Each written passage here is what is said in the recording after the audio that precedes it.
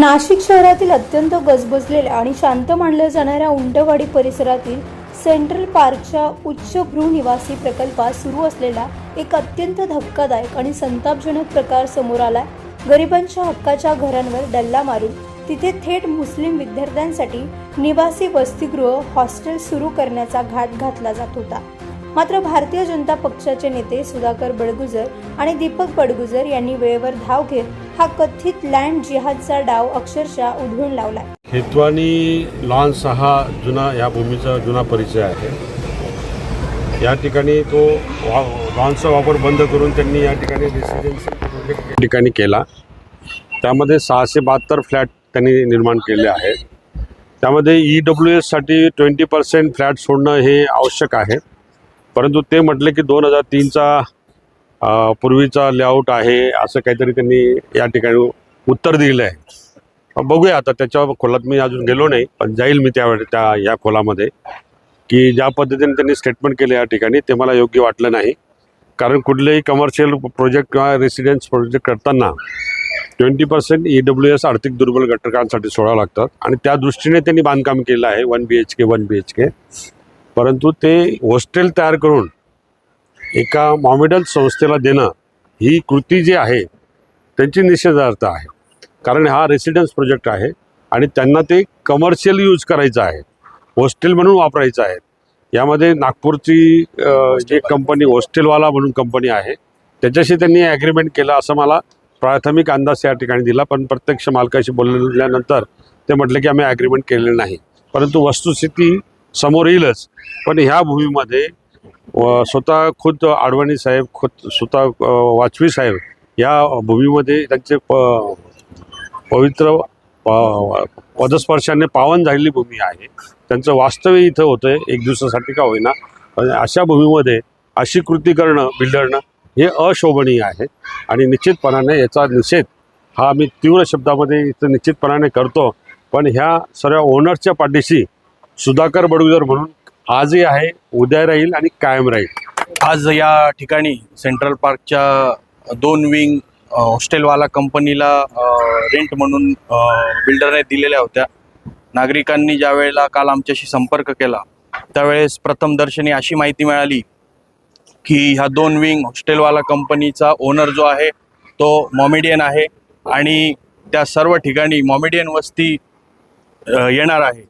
तर ती मॉमेडियन वस्ती आल्यानंतर हा एक प्रकारचा लँड जिहादचा प्रकार आहे आणि मागील काळामध्ये आपण TCS कंपनी बघितली असेल किंवा नाशकात इतर घटना बघितल्या असतील तर लव जिहादच्या घटना खूप मोठ्या प्रमाणात घडत आहे। तर ह्या नागरिकांच्या भावना अत्यंत तीव्र होत्या, त्यामुळे आम्ही सर्वांनी या ठिकाणी येऊन बिल्डरशी आदरणीय आमचे नेते सुधाकर भाऊ बडगुजर यांच्या मार्गदर्शनाखाली बोलून त्यांचा प्रश्न सोडवलेला आहे। या भयंकर प्रकारामुळे नाशिकमध्ये एकच खळबळ उडाली असून बिल्डर लॉबी आणि प्रशासनाच्या संगणमतावर गंभीर प्रश्नचिन्ह निर्माण झाले आहे।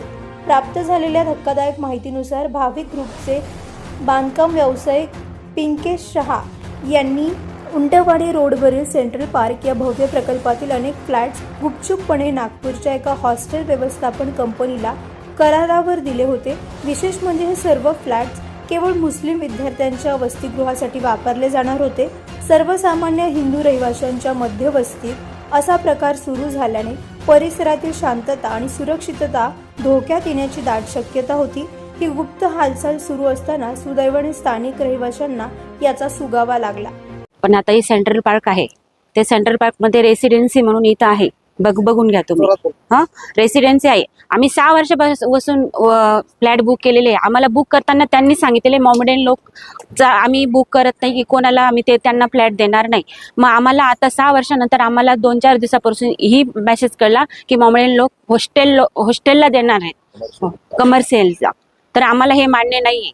आमच्या ह्या म्हणजे प्रत्येक आमच्या फॅमिलीमध्ये आणि मुस्लिम हे हॉस्टेल आम्हाला अजिबात मान्य नाही आहे सर। त्याच्यामुळे आम्ही येऊ पण देणार नाही आणि ते हॉस्टेल पण चालू देणार नाही। बिल्डर पिंकेश शहा आहे। आणि त्यांनी 4 कॉट टाकलेत. आज सकाळी सुद्धा त्यांच्या आज गाद्या त्यांचा आल्या. डायरेक्ट टेम्पो आणि आलेला आहे, टेम्पो डायरेक्ट एवढा माल भरून आलेला. आम्ही त्यांना आम्हाला धमकी देतोय. डायरेक्टली आम्ही तुम्हाला गेटच्या काय बाहेर करायचं ते तुम्ही करा म्हणून. गेटच्या बाहेरच ठेवलेले, आम्ही येऊ देणार नाही आणि हे होऊच देणार नाही. आश्वासन त्याने स्वतः पिंकी अजिबात शाळे येऊ आम्हाला देणार असं नाही. दिलं आणि स्वतः आता हे असं करतोय. हे चुकीचं आहे ना. त्यांनी हॉस्टेलवाले त्यांनी पूर्ण सगळे ते आता माल पाठवलेले आहे त्यांनी गाडी भरून, पण आम्ही ती गाडीमध्ये येऊ देणार नाही, अजिबात येऊ देणार नाही. ही गोष्ट होणारच नाही. आम्हाला मान्य नाहीये. आम्हाला कोणत्याच मेंबरला त्यांनी विचारलेलं नाहीये. आम्ही ही गोष्ट करतो आहोत. आम्हाला कोणत्याच मेंबरला मेसेज नाहीये हा. तर आम्हाला जे सांगितलेलं आहे का बुवा हा जो भाग मुलांना पीजी म्हणून देण्यात येत आहे तर तो आम्हाला मान्य नाहीये. आणि ए विंग मध्ये ऑलरेडी 4 प्लॉट त्या मुलांना देण्यात आलेले आहे. 4 मुलं आलेले आहे, तरी हे महिलांसाठी असुरक्षित आहे.